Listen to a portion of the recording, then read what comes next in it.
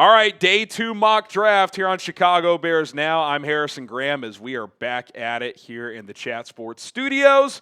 The Bears selected Colston Loveland last night. They got 3 more picks as of now today. Let's see what they do. Here are the picks that Ryan Poles is working with right now.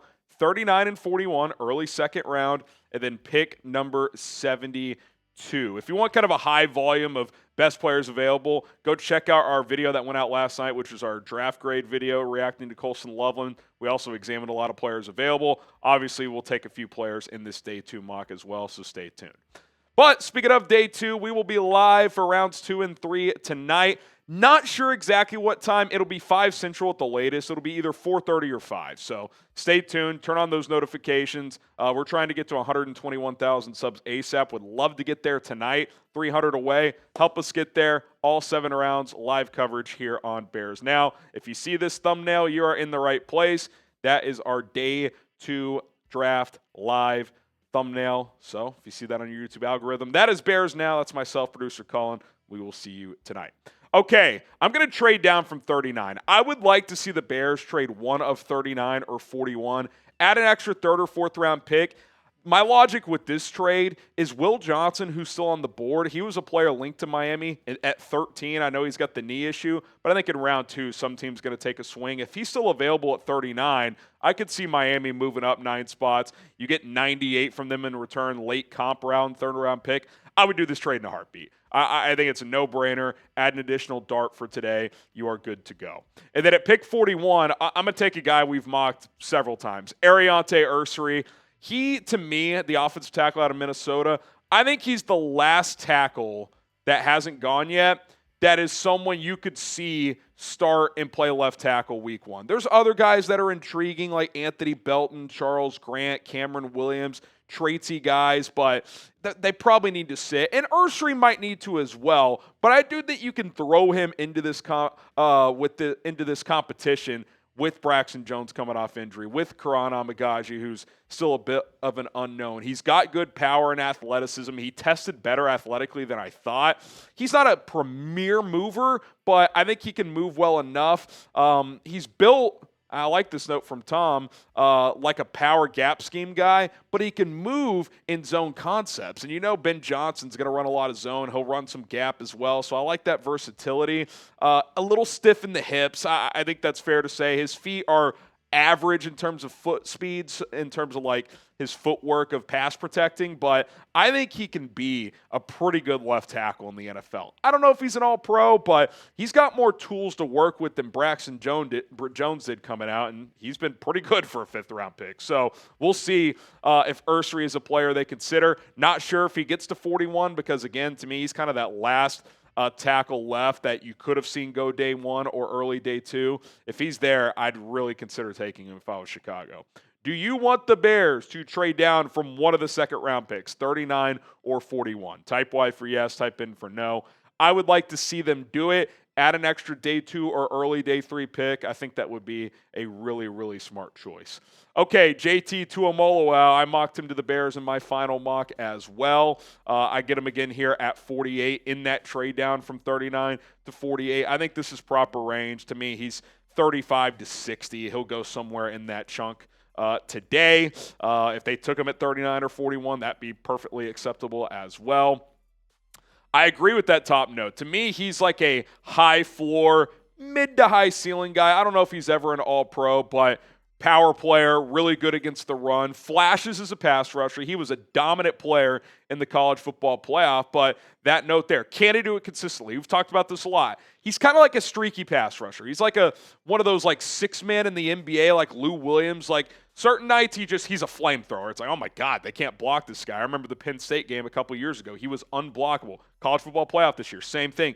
But then there's, 3-week stretch where, yeah, he's good against the run, but it's just nothing as a pass rusher. So he's got to get more consistent with his pass rush, but he's a high-floor player because he's good against the run. I think he fits what Dennis Allen wants to do a lot because he's 6'4", 270, can play with power, long arms.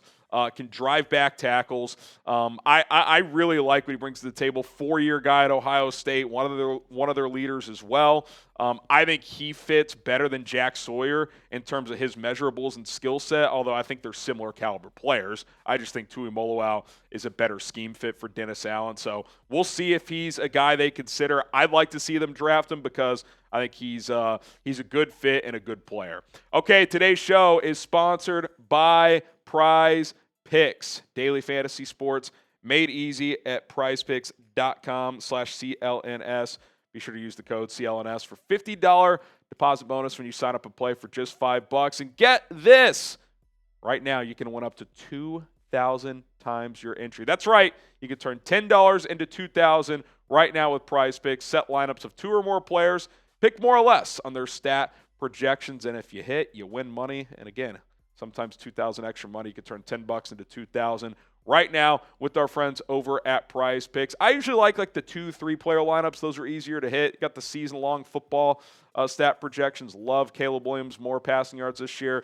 They set the more or less at a number that was less than what he did last year. Now he's got Ben Johnson. Add Colston Loveland into the mix. I think he's going to throw for the high 3,000s.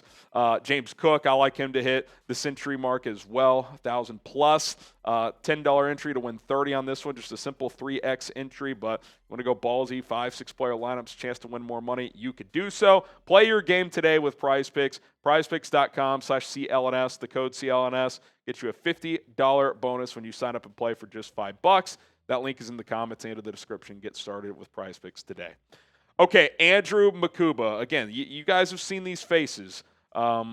These are players that have been linked to the Bears, especially JTT and Makuba, and players that would fill needs, and just players I like, to be honest. I think the 3rd round is a sweet spot for Makuba. Little undersized at just under 6 foot and about 185 pounds, but I think he projects best as a free safety that can roam around, but he's a willing tackler as well. Like, unlike Eddie Jackson, he'll mix it up and tackle as well. Has a knack for being around the football. 5 picks, 12 breakups last year as kind of a safety roamer star type of guy at Texas. He was able to do different things and be around the football a lot. I think he comes in, he's your 3rd safety to start, and depending on Brisker and Byard's status and play and injury situation this year, he could be a starter at some point this year, but in all likelihood and ideally, he's your 3rd guy this year and then takes over as a starter in 2026. Okay, Devin Neal. I didn't go running back in the 2nd round.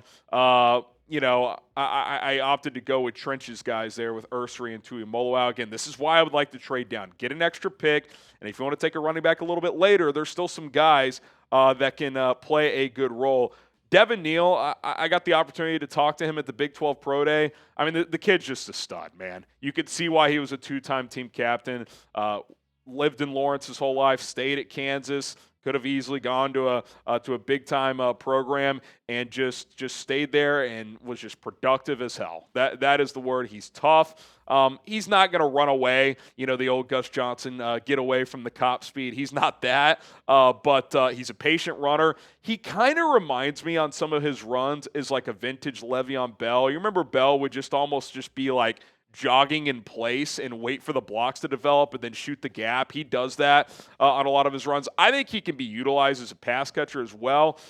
Again, not a premier athlete, but good between the tackles runner. Enough speed where you can run him on the perimeter as well, but I think that would be more of DeAndre Swift's role. I like him.